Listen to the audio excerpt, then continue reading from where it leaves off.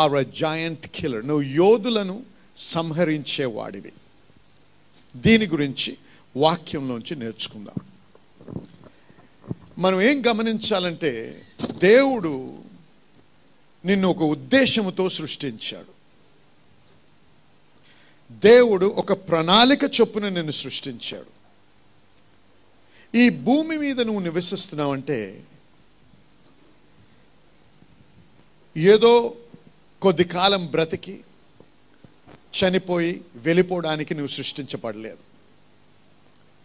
ఒక కార్యము పరిపూర్ణం చేయడానికి, దేవుని ఉద్దేశాన్ని స్థిరపరచడానికి, దేవుని గురించి దేవుని కొరకు నువ్వు సృష్టించబడ్డావు అనేది నువ్వు మర్చిపోకూడదు. కానీ సాతానుడు అనేక మందిని మభ్యపెడుతూ అబద్ధాలతో తప్పుడు మార్గాల్లో నడిపిస్తూ ఉంటాడు. చాలామంది ఏమనుకుంటారంటే, నాకు నిజమైన సమాధానము, నిజమైన సంతోషము, జీవితంలో సంతృప్తి కావాలంటే చాలా డబ్బుండి ఆస్తిపాస్తులుంటే నిజమైన సమాధానము, సంతోషము, జీవితాన్ని నేను అనుభవించగలను అనే ఉద్దేశంతో బ్రతికేవారు అనేకులు ఉన్నారు సంఘంలో కూడా. ఇంకొక అబద్ధం, నేను రిటైర్ అయ్యే లోపల నా స్వంత ఇల్లు కట్టుకోగలిగితే అంతకంటే తృప్తికరమైనది ఇంకోటి లేదు అనే ఉద్దేశంతో బ్రతికేవారు అనేకులు ఉన్నారు. ఇంకొద్ది మంది ఉన్నారు, నా బిడ్డలు ఎలాగైనా సరే పాశ్చాత్య దేశాలకు, అమెరికాకో ఆస్ట్రేలియాకో వెళ్ళిపోవాలి, అక్కడ మంచి ఉద్యోగాలు సంపాదించుకొని వారు వివాహం చేసుకొని స్థిరపరచబడితే నా జీవిత గమ్యాన్ని చేరుకున్నాను అనే ఆ యొక్క ఆ జీవన విధానంలో బ్రతుకుతూ ఉంటారు, ఆ తలంపుతో బ్రతుకుతూ ఉంటారు. ఇవన్నీ కూడా సాతానుడు మనల్ని మభ్యపెట్టి దేవుని యొక్క నిజమైన చిత్తమును ఎరగక అనవసరముగా మన సమయాన్ని గడుపుతూ మనము మన కొరకు జీవించడానికి ప్రయత్నం చేస్తున్నటువంటి విధానం ఇది. అందుకే చాలామంది డబ్బున్నటువంటి వారు, మహా గొప్ప పేరు ఆస్తిపాస్తులు ఉన్న వారు కూడా ఆత్మహత్య చేసుకుంటున్నారు. నిజమైతే ఆమెను చెప్పండి. బిడ్డల్ని పాశ్చాత్య దేశాలు పంపించారు, మంచి ఉద్యోగాలు తెచ్చి తల్లిదండ్రుల్ని వారు చూసుకుంటారేమో అని అక్కడ పోయి తల్లిదండ్రులు మర్చిపోయారు, వివాహాలు కోల్పోయారు. ఆనందము సంతోషానికి బదులు వేదనతో బ్రతికేవారు అనేకులు ఉన్నారు. ఇది నిజమైతే ఆమెను చెప్పండి. ఆమేన్, ఆమేన్. అయితే మరి నువ్వు ఎందుకు బ్రతుకుతున్నావు? దేవుడు నిన్ను ఎందుకు సృష్టించాడు? చూడండి, దేవుడు తన కొరకు నిన్ను నన్ను సృష్టించుకున్నాడు. ఆయన ఉద్దేశం నెరవేర్చబడ్డానికి నేను జీవిస్తున్నాను ఇక్కడ. ఆయన ఏమన్నాడు? నా నీతిని, నా రాజ్యాన్ని నువ్వు మొదట వెతుకు, నువ్వు ఏదైతే వెతుకుతున్నావో అవి నిన్ను వెతుకుతాయి. హల్లెలూయా. డబ్బు కావాలా, ఆస్తి కావాలా, ఇల్లు కావాలా, సమాధానం కావాలా, సంతోషం కావాలా, సంతృప్తి కావాలా, అవన్నీ నిన్ను వెంబడిస్తాయి. నువ్వు వాటిని వెంబడించే అవసరం లేదు. నువ్వు దేన్ని వెంబడించాలి? దేవుణ్ణి వెంబడించాలి. హల్లెలూయా. దేవుణ్ణి వెంబడించడం ఏంటంటే మతపరంగా బ్రతకడమా? కాదు. దేవుడు నిన్ను ఏ ఉద్దేశము చొప్పున నిన్ను సృష్టించాడో అది ఎరగాలి, అది తెలుసుకోవాలి, దాని నిమిత్తమై నువ్వు జీవించాలి. దేవునితో సరి అయినటువంటి సన్నిహిత సంబంధంలో బ్రతుకుతూ మతపరముగా కాకుండా అన్యోన్య సహవాసంలో జీవిస్తూ దేవుణ్ణి తెలుసుకుంటూ నిన్ను ఎందుకు ఆయన సృష్టించాడో నువ్వు తెలుసుకుని దాని ప్రకారంగా నువ్వు జీవించినప్పుడే నీవు నిజంగా నీ జీవితంలో సమాధానము, సంతృప్తి నువ్వు పొందగలవు. హల్లెలూయా చెప్పండి. ఆమేన్. చూడండి, నా ఉద్దేశ ప్రకారం నేను ఎప్పుడు కూడా ఒక సేవకుడు అవ్వాలని, ఒక పాస్టర్ అవ్వాలని, లేకపోతే ప్రచారం చేయడానికి, వాక్య ప్రచారం చేయడానికి నేను అనే ఉద్దేశం నా జీవితంలో ఎప్పుడూ లేకుండింది. మా కుటుంబంలో నా తల్లి వైపు చూసినా, నా తండ్రి వైపు చూసినా ఎవరు కూడా సేవలో లేరు. మా తండ్రి ఈ గవర్నమెంట్లో చాలా మంచి పొజిషన్లో ఉండేవాడు. సివిల్ ఇంజనీర్గా, చీఫ్ ఇంజనీర్గా, ఇరిగేషన్ డిపార్ట్మెంట్లో ఉండేవారు. మా తాత మంచి డాక్టర్. నేను డాక్టర్ అవ్వాలనుకున్నాను. వెల్లూరు మెడికల్ కాలేజ్లో స్టూడెంట్గా జాయిన్ అయ్యాను. కానీ నేను వాళ్ళ డాక్టర్ని కాను, దేవుని వాక్యము ప్రకటించేవాడిని. హల్లెలూయా. దేవుని కృపను బట్టి నిన్ను ఎందుకు దేవుడు సృష్టించాడో నేను కనుగొన్నాను. అందుకే ఇవాళ ఖచ్చితంగా చెప్పగలను, డాక్టర్ అయ్యుంటే మటుకు నాకంటే హీనమైన స్థితిలో ఇంకోడు ఉండేవాడు కాదు. అంటే డాక్టర్ చేయడం తప్ప కాదు, నా జీవితంలో అది తప్ప ఉంది. నాకు నేను ఏదైతే కోరుకుంటున్నానో, ప్రతి మనిషి ఏం కోరుకుంటాడండి? సమాధానం కావాలి, సంతోషం కావాలి, సంతృప్తి ఉండాలి, కుటుంబంలో మంచి అన్యోన్యత ఉండాలి, ప్రేమ ఉండాలి, పిల్లలు మంచిగా పెరగాలి, ఏమి కొదువు ఉండకూడదు, ఏది చేయాలన్నా దానికి సదుపాయం ఉండాలి. అవునా కాదా చెప్పండి? అవునా? గట్టిగా చెప్పాలి. అవునైతే అవును కదా. మరి అవి నేను పొందాలి. నిజమైనటువంటి తృప్తితో మరణించే దినము దేవుడు తృప్తిగా మరణించాలి. ఆమేన్. ఏదైతే నేను ఉద్దేశించానో అవన్నీ నేను పరిపూర్ణం చేయగలిగాను, దేవుని పిలుపుకి నేను లోబడ్డాను అనేటువంటి పరిపూర్ణం చేశాననే ఆ సంతృప్తితో మనం వదలాలి. గమనించండి జనులారా, తిరిగి జన్మించారు, పరిశుద్ధాత్మ చేత అభిషేకించబడ్డారు, భాషలతో మాట్లాడతారు, ప్రార్థన చేస్తారు. అయినా అనేకులు సంతృప్తి లేకుండా, సమాధానం లేకుండా, అప్పుల పాలై అనారోగ్యంతో కొట్టుమిట్టులాడుతున్నారు సంఘాల్లో. అది దేవుని చిత్తమా? కాదు. మరి ఎందుకు అనుభవించలేకపోతున్నాం? దేవుడు నన్ను ఒక ఉద్దేశము చొప్పున సృష్టించాడు అని మొట్టమొదటిగా మీరు తెలుసుకోవాలి. హల్లెలూయా. అంటే అందరూ దేవుని సేవ చేయాలా? కాదు. కొద్దిమందిని రాజులుగా సృష్టించాడు, కొద్దిమందిని వ్యాపారస్తులుగా సృష్టించాడు, కొద్దిమందిని అడ్మినిస్ట్రేషన్ కొరకు సృష్టించాడు, కొద్దిమందిని డాక్టర్ పనిచేయడానికి సృష్టించాడు, కొద్దిమంది ఇంజనీర్లు అయ్యారు, రకరకాలైన వృత్తుల కొరకు చేయడానికి. ఎందుకు? ఇవన్నీ మనకి ఏవైతే దేవుడు ఇస్తున్నాడో వాటి ద్వారా ఆయన రాజ్యమును కడుతూ, ఆయన గణపరుస్తూ, ఎందు నిమిత్తమైతే దేవుడు నన్ను పిలిచాడో అది నేను పరిపూర్ణం చేస్తూ ముందుకు సాగినప్పుడు నేను నిజమైన సమాధానము, సంతృప్తి, అభివృద్ధి, దేవుని యొక్క సమృద్ధిని నేను అనుభవించగలను. హల్లెలూయా. హల్లెలూయా. అర్థమవుతుందా అందరికీ? అర్థమవుతుందండి? హల్లెలూయా. ఆమేన్. అయితే ఈరోజు మీకు గుర్తు చేయాలనుకుంటాను, క్రైస్తవత్వం అంటే ఒక మతము కాదు, కానీ యుద్ధం. హల్లెలూయా. ఏంటంటే చెప్పండి అందరూ, ఏంటండి అది? పోరాటం. ఆ పోరాటం గురించే మనం ఇవాళ మాట్లాడుతున్నాం. ఒక యుద్ధంలో ఉన్నావు నువ్వు, కానీ నువ్వు గ్రహించడం లేదు ఒక యుద్ధం ఉందని నీ చేతిలో.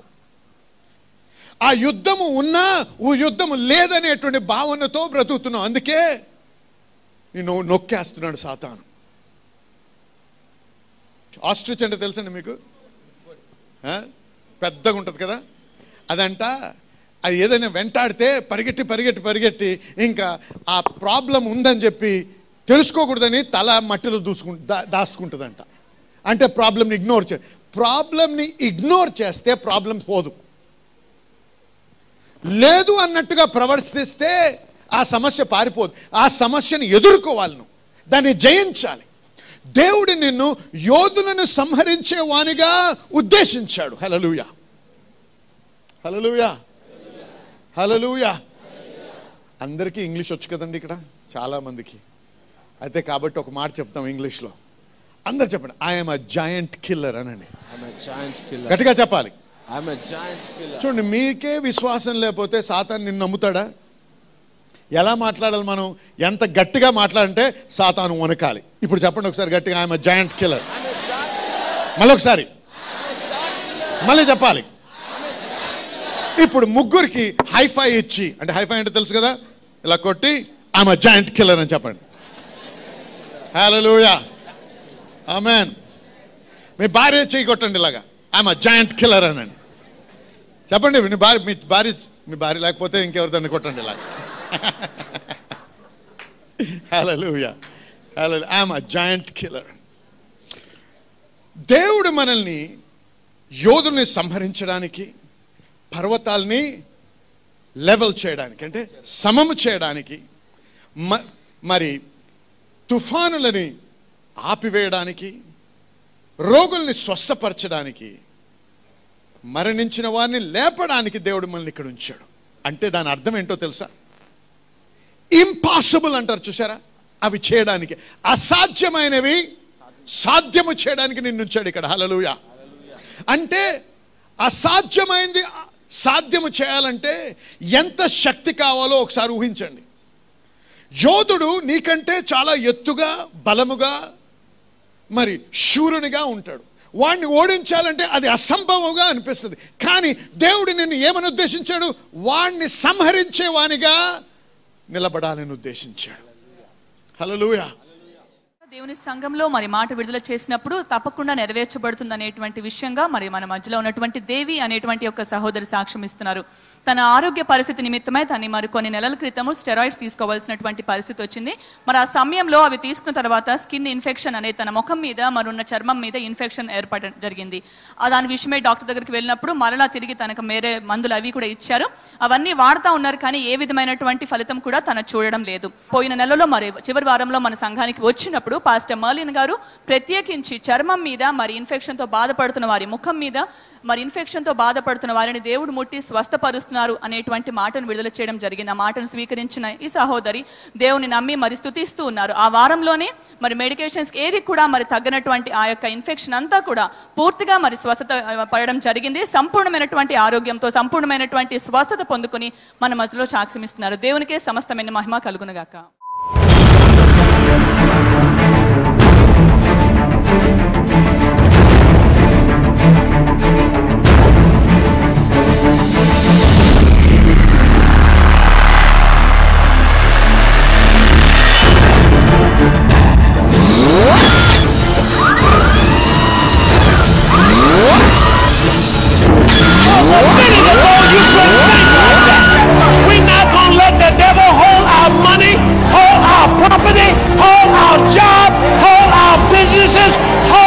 Children, hold our whatever he's trying to hold, he is not holding it past tonight.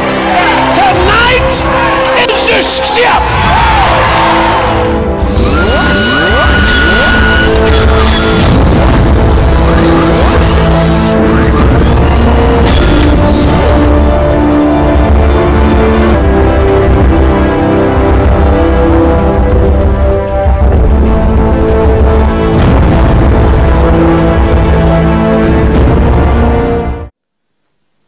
ఎరగండి, ఓడిపోయే వారిని దేవుడు సృష్టించలేడు.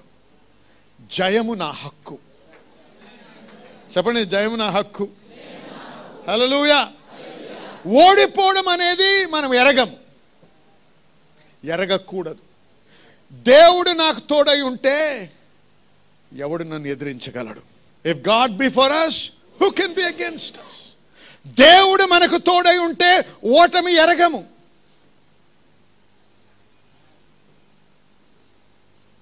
ఇక్కడ నీవు దేవుడు ఈ లోకములో, ఈ దేశంలో, ఈ స్థలంలో ఒక ఉద్దేశముతో నిన్ను స్థిరపరిచాడు.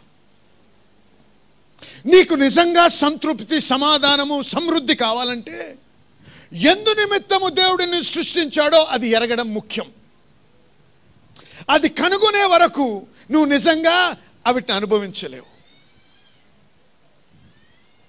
ఏదో 30 సంవత్సరాలు గవర్నమెంట్కి పనిచేసి దాని తర్వాత రిటైర్ అయ్యి రిటైర్మెంట్ హోమ్లో జీవిస్తూ మరి 80 సంవత్సరాలు వచ్చిన తర్వాత మరణించి వెళ్ళిపోవడం అని దాని గురించి నిన్ను దేవుడు సృష్టించలేదు. నువ్వు జీవించినంత కాలం ఇక్కడ ఒక మార్పు తేవాలి. ఇక్కడ జనాలకి నువ్వు దీవెనకరంగా ఉండాలి. దేవుని నామము గణపరచబడాలి. ఆయన రాజ్యము కట్టబడాలి. నీ జీవితం ద్వారా ఏం జరుగుతుందో ఒక్కసారి నువ్వు పరీక్షించుకో. దేవుడిని ఆశీర్వదించాడు. ఇక్కడ అనేక మందికి ఉద్యోగాలు ఉన్నాయి.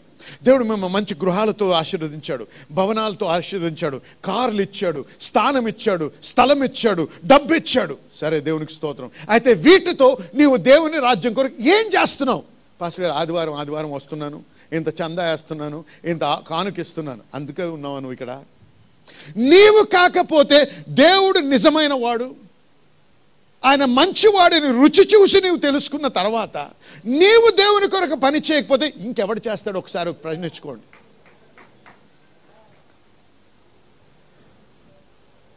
ఎందుకు జీవిస్తున్నావు నువ్వు? నీ జీవితానికి అర్థం ఏంటి అసలు? నువ్వు పరలోకంలో నిలబడ్డప్పుడు దేవుని ముందు నువ్వు ఎంత సంపాదించావని అడుగుతాడా దేవుడు? నువ్వు ఎంత పెద్ద ఇల్లు కట్టావని అడుగుతాడా? నువ్వు ఏ కారులో తిరిగావని అడుగుతాడా? నీకెంతమంది పిల్లలని అడుగుతాడా? ఏ దేశాల్లో బ్రతికారు నీ పిల్లలు అంటాడా? కాదు. నా కొరకు, నా రాజ్యం కొరకు ఏం చేశావు? తల్లిదండ్రులకు తెలుసు, కష్టపడి మనకెంత కష్టం ఉన్నా ఆ కష్టాన్ని నోర్చుకొని మనకి సాధ్యమైన దానికంటే కొద్ది కష్టమైన మంచి స్కూల్స్కి పంపిస్తాం మన పిల్లల్ని, అవునా కాదా? కష్టపడి మంచి కాలేజ్ పంపిస్తాం, అప్పైనా తీసుకొని వేరే దేశాలు పంపిస్తాం ఇంకా చదవాలని. ఎందుకు? వాడు పెద్దవాడై మన కుటుంబానికి దీవెనకరంగా ఉంటాడని. అక్కడికి వెళ్ళి మంచి ఉద్యోగాన్ని సంపాదించి మంచి ఆదాయం పొందిన తర్వాత 6 నెలల తర్వాత నీకు రాయడం మానేస్తాడు, ఫోన్ మాట్లాడడం మానేస్తాడు. ఎందుకు? నేను బిజీ అంటాడు. ఒక నయా పైసా పంపడు, నువ్వేమో అప్పుల పాలై ఉంటావు. నీ హృదయం ఎలా ఉంటుందో ఒకసారి ఆలోచించు. గమనిస్తున్నారా? నీ తల్లిదండ్రులు నిన్ను కష్టపడి పెంచారు, కష్టపడి ఒక స్థితికి తెచ్చారు. ఎందుకు? వారిని ముసలి కాలంలో వారిని మర్చిపోకుండా, వీరి వలనే కదా దేవుడు నన్ను దీవించాడని నువ్వు మర్చిపోకుండా ఉండి, వారిని గౌరవించినప్పుడు నేను దేవుణ్ణి గౌరవిస్తున్నాను. ఎందుకంటే దేవుడు వారి ద్వారా నాకు ఈ జీవితాన్ని ఇచ్చాడని నువ్వు గ్రహిస్తూ, నువ్వు ఎప్పుడైతే వారిని గౌరవిస్తావో దేవుడు నిన్ను గౌరవించి నిన్ను దీవిస్తాడు. కానీ అనేక మంది తల్లిదండ్రులనే మర్చిపోతున్నారు.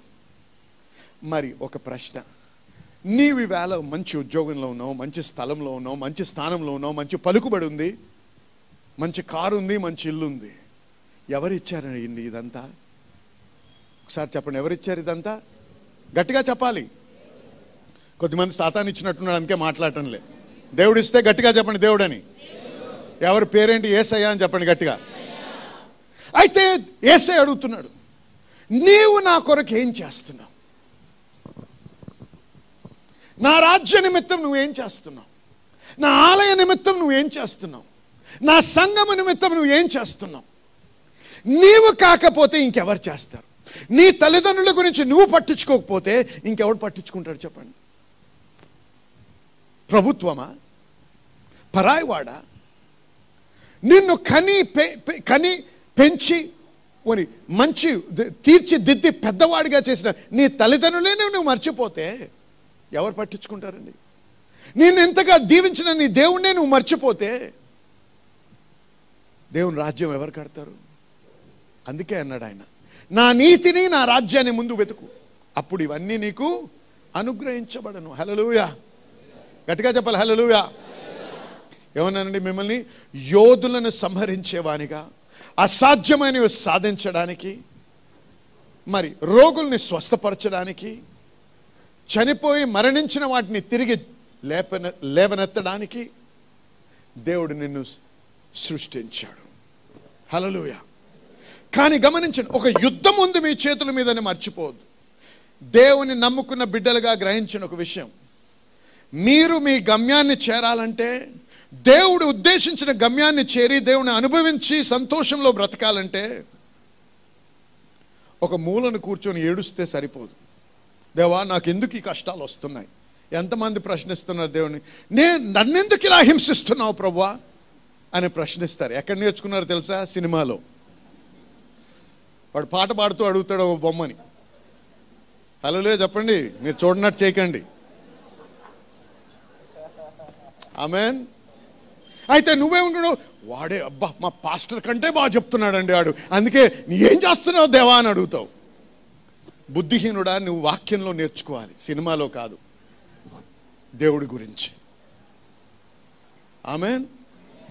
దేవుణ్ణి ప్రశ్నించకూడదు, దేవుణ్ణి అడగాలి, దేవుణ్ణి ప్రార్థించాలి, తెలుసుకోవాలి. ఆయన వాక్యములో అవగాహన కావాలి. ముఖ్యంగా తెలుసుకోవాల్సిందేంటి? నీ నుంచి దోచుకునేవాడు కాదు దేవుడు, నిన్ను హింసించేవాడు కాదు దేవుడు, నిన్ను రోగస్తుడిగా చేసేవాడు దేవుడు కాదు. నిన్ను బీదవాడిగా పేదవాడిగా ఏమీ లేని స్థితిలో ఉంచేది దేవుడు కాదు అని తెలుసుకో వాక్య ప్రకారంగా. హల్లెలూయా. నిన్ను కష్టపెట్టేవాడు కాదు. దొంగ ఎందుకు వస్తాడో తెలుసా? దోచుకోవడానికి, హత్య చేయడానికి, నాశనం చేయడానికి వస్తాడు. కానీ నేనైతే మీకు జీవమును, సమృద్ధి జీవం ఇవ్వడానికి వచ్చానన్నాడు దేవుడు. హల్లెలూయా. దేవునికి స్తోత్రం. హల్లెలూయా. దేవుడు మీకు సమృద్ధి జీవం ఇస్తాడంట.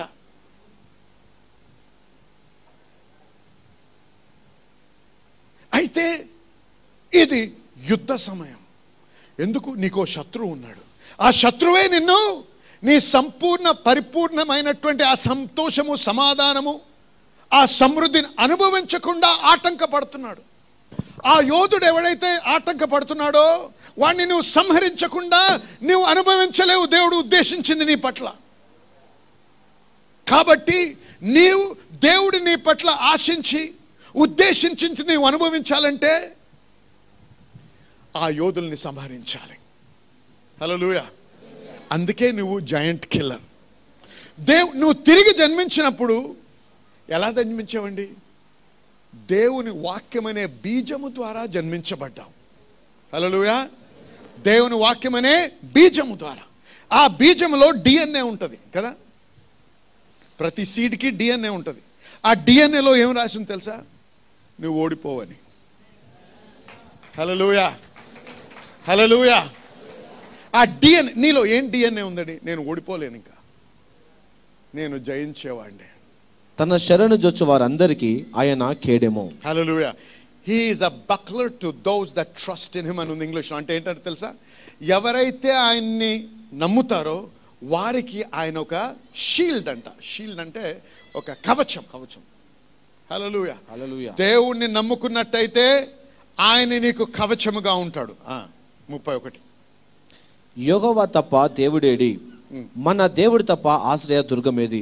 32 నాకు బలము ధరింప చేయువాడు ఆయనే. నాకు బలము ధరించువాడు ఆయనే. నన్ను యథార్థ మార్గమున నడిపించువాడు ఆయనే. హల్లెలూయా. ఆయన నాకు ఏం ధరిస్తాడండి? బలమును ధరిస్తాడు. నా మార్గములను నడిపించువాడు, సరళమైన మార్గంలో నడిపించువాడు. హల్లెలూయా. ఆమేన్. హల్లెలూయా. చూడండి, ప్రతిరోజు కూడా నువ్వు గమనించాల్సింది ఏంటంటే, నువ్వు ఇంట్లోంచి బయలుదేరక ముందు నా మార్గము యెహోవా సరళం చేశాడు అని పలికి బయలుదేరాలి. ఏ ఆటంకం ఉన్నా అది తొలగిస్తాడు దేవుడు. అయితే ఎటువంటిది ఎదుర్కోవాల్సి వచ్చినా ఆయన బలము చేత నన్ను ధరింపచేస్తాడు. ఆయన బలముతో ఆయన నన్ను ధరింపజేస్తాడు. అంటే నా వస్త్రాలు వేసుకున్నట్టు ఆయన బలాన్ని తొడుక్కొని వెళ్తాను అనమాట. హల్లెలూయా. కాబట్టి ఏ ఆటంకం వచ్చినా, ఏ అడ్డుగా నిలబడ్డా, ఏ యోధుడు వచ్చినా, ఏ పర్వతం వచ్చినా, ఏ తుఫాన్ వచ్చినా అది పక్కకి తొలగించబడుతుంది. ఎందుకంటే దేవుడు నా మార్గాన్ని సరళము చేస్తున్నాడు. హల్లెలూయా. హల్లెలూయా. హల్లెలూయా. యేసయ్య తన శిష్యులతో బయలుదేరి ఓడలో వెళ్తున్నప్పుడు ఏమొచ్చిందండి? తుఫాన్ వచ్చింది. దేని గురించి వచ్చిందండి? వారిని ఆపేయడానికి, వారిని చంపడానికి వచ్చింది. అయితే యేసయ్య నిలబడి ఏం చేశాడు? మాట్లాడి ఆ మార్గాన్ని సరళము చేశాడు. ఆ ప్రయాణంలో మొదలు అవ్వకముందే ఆయన ఏమన్నాడు? అద్దరికి వెళుదాము అన్నాడు. హల్లెలూయా. ఎప్పుడైతే ఆయన పలికాడో ఆ మార్గము సరళము చేయబడ్డది. మార్గము సరళము చేయబడినంత మాత్రాన సాతాను అడ్డగించడని మీరు అపోహలో బ్రతకండి. ఖచ్చితంగా సాతాను ప్రయత్నం చేస్తాడు మిమ్మల్ని అడ్డగించాలని, మిమ్మల్ని ఓడించాలని, మిమ్మల్ని చంపాలని, మిమ్మల్ని ధ్వంసము చేయాలని ఉద్దేశిస్తాడు. కానీ నువ్వు ఎప్పుడైతే దేవుని వాక్యం పలికావో, ఆయన యొక్క స్ట్రెంగ్త్, బలమును నువ్వు ధరించుకున్నావో, ఆయన బలము ద్వారా నువ్వు మాట్లాడినప్పుడు ఏమవుతుందండి? మార్గము సరళము చేయబడును. హల్లెలూయా. హల్లెలూయా. హల్లెలూయా. హల్లెలూయా. ఓడిపోతాను, పడిపోతానేమో, అనారోగ్యం వస్తుందేమో, లేకపోతే ఏదో ఆటంకం అవుద్దేమో, లేకపోతే యాక్సిడెంట్ అవుతుందేమో అనే అనుమానంతో మీరు బయలుదేరకూడదు. ఏదొచ్చినా అది సరళము చేయబడును. ఎందుకంటే నేను యెహోవా యొక్క బలమును ధరించుకొని వెళ్తున్నాను. ఆయనని ఎదిరించే శక్తి లేనే లేదు. గట్టిగా హల్లెలూయా చెప్పండి. సరే, ఇంకా ముందుకెళ్దాం. ఆయన నా కాళ్ళు జింక కాళ్ళ వలె చేయుచున్నాడు. జింక కాళ్ళ వలె చేస్తూ ఎత్తైన స్థలముల మీద నన్ను నిలుపుచున్నాడు. హల్లెలూయా. హల్లెలూయా. ఎక్కడ నిలుపుతున్నాడండి? లోయల్లో కాదు, విచారములో మునిగిపోయి లోయల్లో బ్రతకడానికి దేవుడు నేను సృష్టించలేదు. ఎత్తైన స్థలములలో, హల్లెలూయా, ఉన్నతమైన స్థలంలో ఉంచాలని దేవుడు ఉద్దేశిస్తున్నాడు. నీ కంపెనీలో నువ్వే ఉత్తమైన స్థలంలో ఉండాలి. నువ్వు ఎక్కడ పని చేస్తున్నావో అక్కడ నీ పేరే పైన ఉండాలి. నువ్వు ఏ బిజినెస్లో, ఏ వ్యాపారంలో ఉంటే నీదే పైన ఉండాలి. నిన్ను నీ దేవుడు ఈ విధంగా ఆశీర్వదించనై ఉన్నాడు. హల్లెలూయా. ఇటువంటి మనస్తత్వం, ఇటువంటి చిత్రం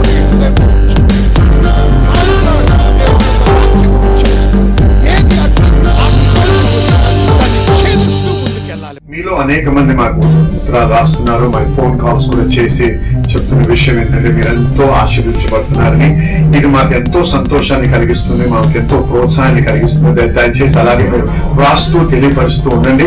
మరి మీకు ఇది ఆశీర్వాదకరంగా ఉంటే మరి మీరు మాతో పాటు భాగస్వాములై ఇంకా అనేక మందికి ఈ వాక్యం ప్రకటించడానికి సహాయపడమని మిమ్మల్ని ప్రోత్సహిస్తున్నాం కూడా. ఎందుకంటే వాక్యంలో ఖచ్చితంగా ఒక ఆశీర్వాదం గురించి వ్రాయబడింది. ఎప్పుడైతే మనం దేవుని యొక్క రాజ్యంలో విత్తనం విత్తుతామో ఆ విత్తనానికి నూరంతర ఫలం దేవుడు మనకు అనుగ్రహిస్తారని. ఎప్పుడైతే మన రాజ్య విస్తరణ కొరకు మనం పనిచేస్తామో, రాజ్యం, దేవుని యొక్క రాజ్యం విస్తరించాలని చెప్పి మనం విత్తనం నాటుతామో, ఆ విత్తనాన్ని బట్టి దేవుడు మనల్ని ఎంతగానో అన్ని విషయాల్లో, మన కుటుంబ జీవితంలో, మన ఆర్థిక విషయాల్లో, అన్ని విషయాల్లో కూడా దేవుడు మనల్ని దీవిస్తాడు. కాబట్టి ఈ యొక్క ప్రసారము మిమ్మల్ని ఆశీర్వదించుతున్నట్టయితే, ఈ వాక్యములో మీరు బలపడుతున్నట్టయితే, మీ వలె అనేకులు ఆశీర్వదించబడాలని మీకు ఆశ ఉండి మరి దేవుని యొక్క రాజ్యం బాగా కట్టాలని మిమ్మల్ని మనవి చేస్తుంది. ఏంటంటే మాతో పాటు మీరు భాగస్వాములు ఉండి మనము కలిసి దేవుని రాజ్యం బహుబలముగా కడుతూ విస్తరించడానికి మనము ప్రయాసపడదాం. దేవుడు మిమ్మల్ని దీవించునుగాక.